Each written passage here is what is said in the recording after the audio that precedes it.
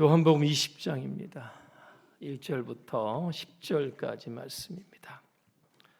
1절의 말씀부터 함께 합독하겠습니다.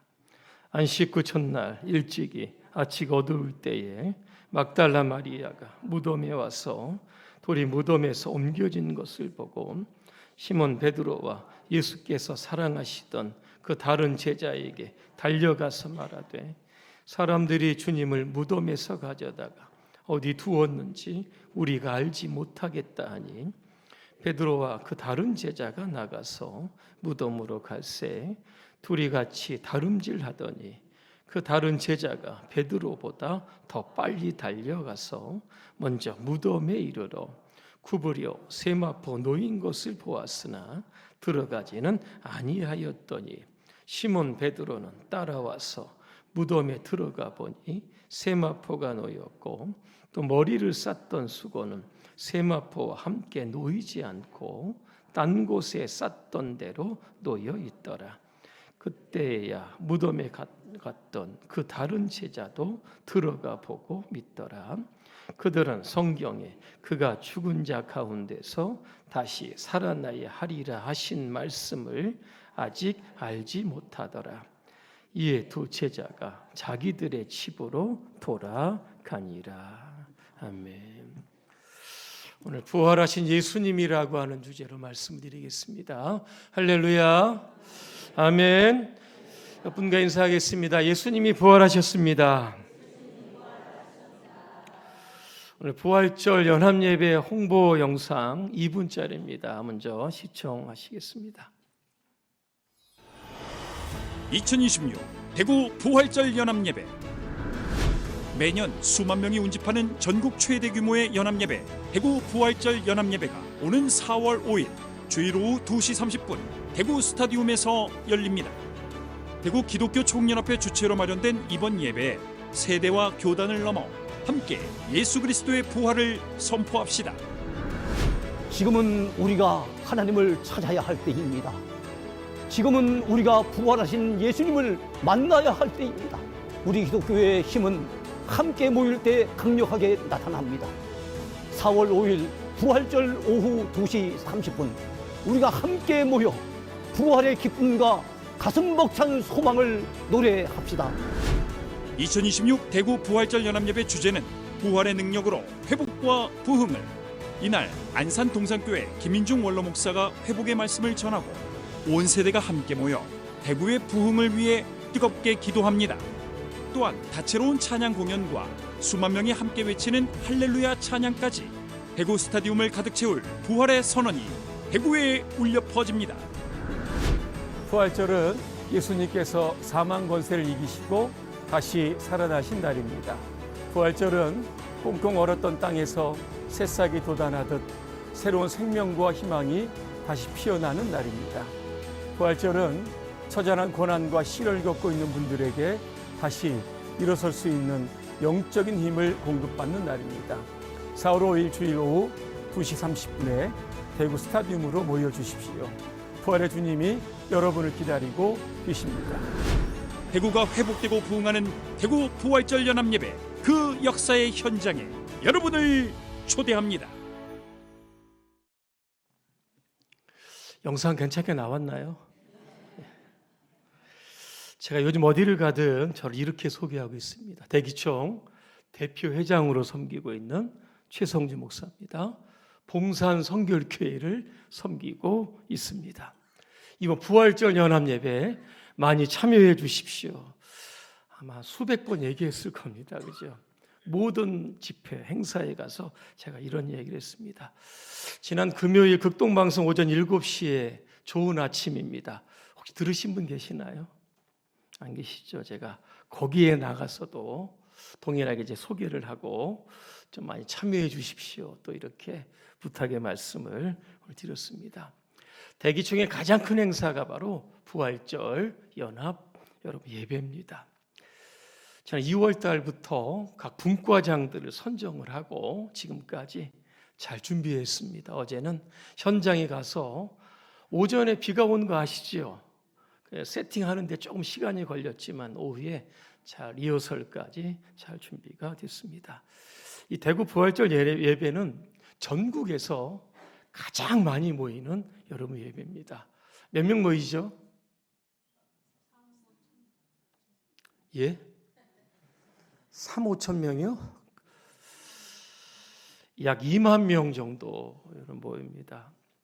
대구 스타디움이 약 6만 6천석이라고 여러분 합니다. 보통 3분의 1 정도를 채우고 있습니다. 그래서 올해 부활절 연합예배는 합동, 통합 관련해서 오늘 영상에 나오신 분이 저번에 우리 교회 설교하러 오신 김일영 목사님이시고 합동체 목사님인데 얼마나 열심히 하시는지, 그죠? 올해는 대구 스타디움이 좀 꽉 좀 채워지기를 간절히 소망합니다. 오늘 오후에 다른 데 놀러 가지 마시고요. 아직도 벚꽃이 조금 남아 있습니다. 그죠? 스타디움 주변에 한번 겸사겸사, 그죠? 예배도 드리고 한번 오셨으면 또 좋겠습니다. 또 오늘 아침에 보니까 우리 김규용 집사님, 그죠? 휠체어라도 타고 한번 참석하고 싶다, 그죠? 오늘 조혜수 권사님 아침에 좀 말씀하시더라고요. 또 제가 대표회장으로 있다 보니까, 그죠? 꼭 한번 참석하고 싶다. 참석할지 안 할지는 제가 잘 모르겠지만 그래도 그런 말씀을 좀 들으니까 굉장히 좀 힘이 여러분 납니다. 그래서 오후에는 또 제가 대표회장이니까, 그죠? 함께 격려 차원이라도 여러분 많이 참여해 주시기를 부탁을 드립니다. 부활절은 주님이 사망 권세를 이기시고 다시 살아나신 날입니다. 오늘 우리가 교동문을 읽습니다. 예수님의 부활은 예수님 혼자만의 부활이 아닙니다. 잠자는 자들의 첫 열매가 되었다. 잠자는 자들, 죽은 자들입니다. 그죠? 이 땅에 예수 믿고 죽은 자들, 예수님처럼 부활하게 된다. 오늘 그 말씀을 오늘 하고 있는 겁니다. 오늘 여러분에게 질문하겠습니다. 여러분은 부활을 믿으십니까? 안 믿으십니까? 보면요, 신학 교수들도 안 믿는 사람들도 많이 있고요. 성도들 중에 지식층에 있는 분들도 안 믿는 분들 굉장히 많습니다. 부활을 어느 관점에 보느냐에 따라 부활이 있기도 하고 없기도 합니다. 현대 과학의 관점에서 보면 부활은 없죠. 왜? 논리적으로 설명하기 힘드니까 없다 얘기합니다. 하지만 기독교는요, 부활이 있다, 그렇게 우리 믿습니다. 왜냐하면 부활은 역사적인 사건입니다. 우리가 부활을 믿어야 하는 근거는 신약 성서에 이렇게 들여다보니까 예수님께서 죽은 자를 살리신 3번의 사건이 나옵니다. 첫 번째는 마가복음 5장입니다. 유대교 회당장이었던 야이로의 딸을 살립니다. 이 딸이 12살에 죽게 됩니다. 그 집으로 가시죠. 그랬더니 장례식장입니다. 많은 사람들이 막 펑펑 울기를 시작을 하죠. 왜? 12살 먹은 애가 죽었으니까 얼마나 딱하겠습니까? 그때 예수님 뭐라고 말씀하시냐면 이 아이가 죽은 것이 아니라 잠을 잔다 그랬습니다. 그랬더니 사람들이 막 비웃는 겁니다. 무슨 소리냐, 죽었는데. 예수님께서 이 12살 먹은 죽은 이 소녀를 향해서 달리다꿈 말씀하십니다. 소녀야 일어나라 말씀합니다. 영어 단어에 보니까 arise라고 여러분 되어 있습니다. 이 뜻을 보니까 잠에서 깨어나는 겁니다. 그러니까 달리다꿈이 뭡니까? 죽음이라는 잠을 깨우는 생명의 소리입니다. 다시 말하면 예수님은 죽은 자를 깨우는 생명의 주관자가 되신다라고 하는 것을 직접 보여주십니다. 자, 누가복음 7장에 보니까 예수님께서 나인 성이라고 하는 이렇게 성으로 올라가십니다. 그때 성 밖으로 장례 행렬이 나오는데 한 과부의 외아들이 죽었던 겁니다. 사람들이 펑펑 울죠. 어머니도 울죠. 그때 예수님 그 과부를 향해서 울지 말라 그랬습니다. 그리고 관에다가 손을 딱 대십니다. 뭐라고 말씀하냐면 청년아 일어나라. 여기 영어에는 get up이라고 하는 단어를 사용을 합니다. 그죠? 잠자다 그죠? 일어나는 것 이야기하고 있습니다. 예수님 역시 죽음을 잠으로 보신 거죠.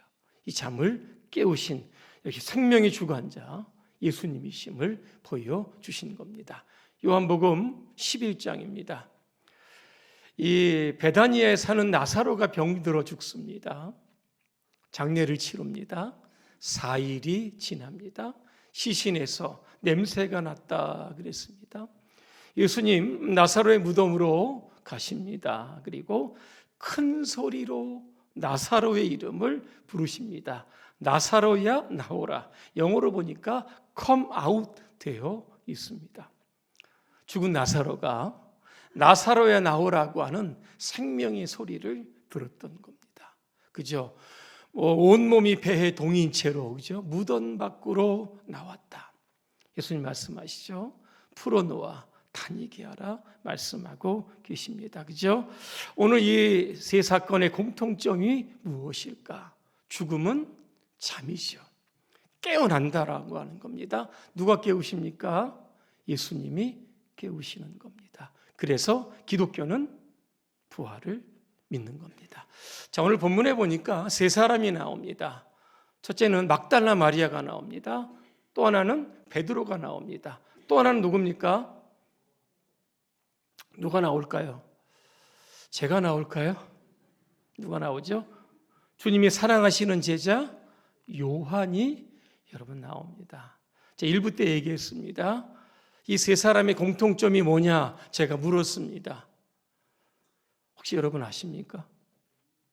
예수님의 부활을 믿지 못했던 사람들입니다.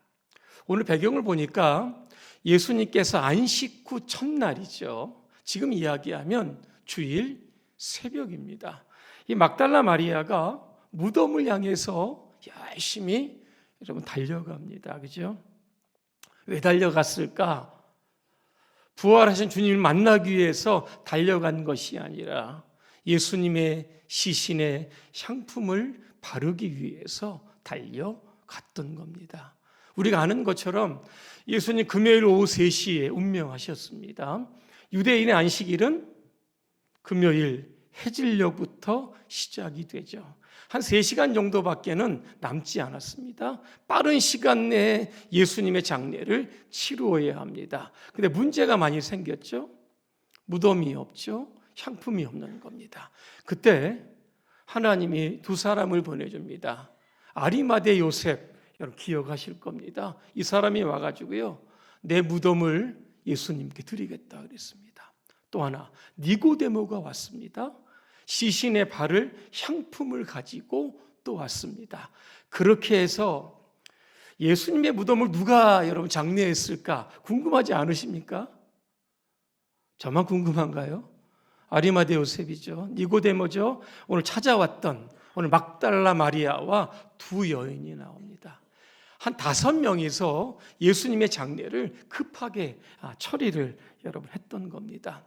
이제 안식일이 시작이 되면 노동이 안 되죠. 유대 율법에. 그리고 무덤이나 죽은 자에 접촉하면 이게 부정하게 됩니다. 그래서 안식일에는 무덤 근처나 아무 데도 가지 않습니다. 그래서 안식이 지난 그죠? 첫날에 이제 오늘 막달라 마리아가 무덤에 찾아가게 된 겁니다. 자, 근데 신기한 일이 있죠. 무덤을 막고 있는 돌이 열려졌습니다. 그러면 이 막달라 마리아는 굉장히 기뻐해야 될 겁니다. 그런데 기뻐하지 않고 오히려 당황스러워하죠. 어디로 갑니까? 베드로와 요한에게 달려갔다 그랬습니다. 뭐라고 이야기합니까? 누군가 예수님의 시신을 훔쳐갔다. 도난당했다라고 하는 겁니다.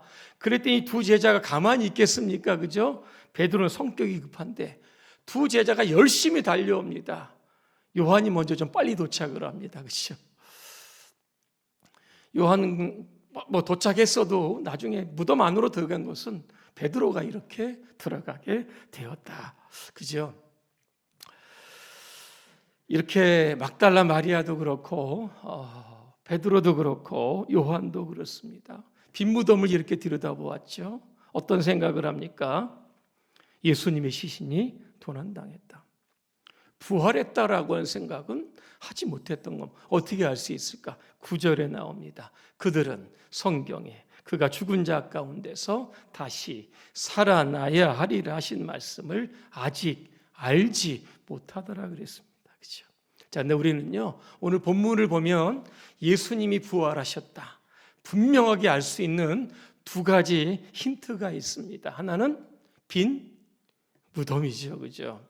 무덤이 비었다는 것은 예수님이 부활하셨다라고 하는 겁니다.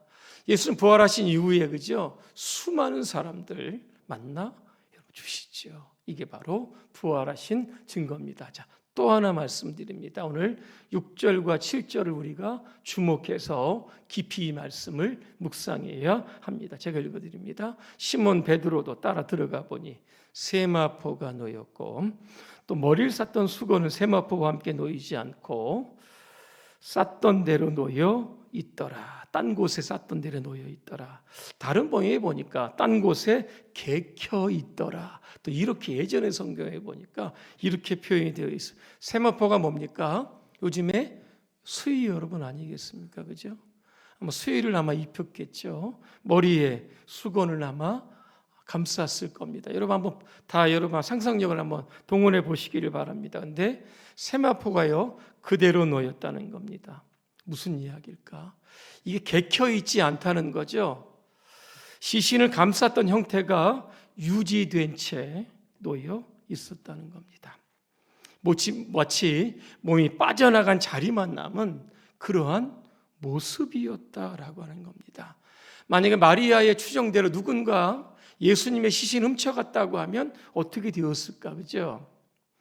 아마 세마포도 그렇고 수건도 그렇고 엉망진창이 아마 됐을 겁니다. 그죠? 그 자리에 남아있지도 않았을 겁니다. 근데 세마포가 놓여 있더라. 예수님의 몸이 물리적으로 풀려나온 것이 아니라 죽음을 초월하여 통과하듯 세마포를 통과하여 밖으로 나오셨다라고 하는 여러분 뜻입니다. 어떻게 알 수 있을까? 요한복음 20장 약간 뒤에 가보면 저녁 때쯤 됩니다. 부활하신 예수님이요 제자들을 찾아가시는데 유대인들을 두려워하여 집안에요 문을 꽁꽁 걸어 잠습니다. 그때 예수님이 그 집 안으로 들어가시죠.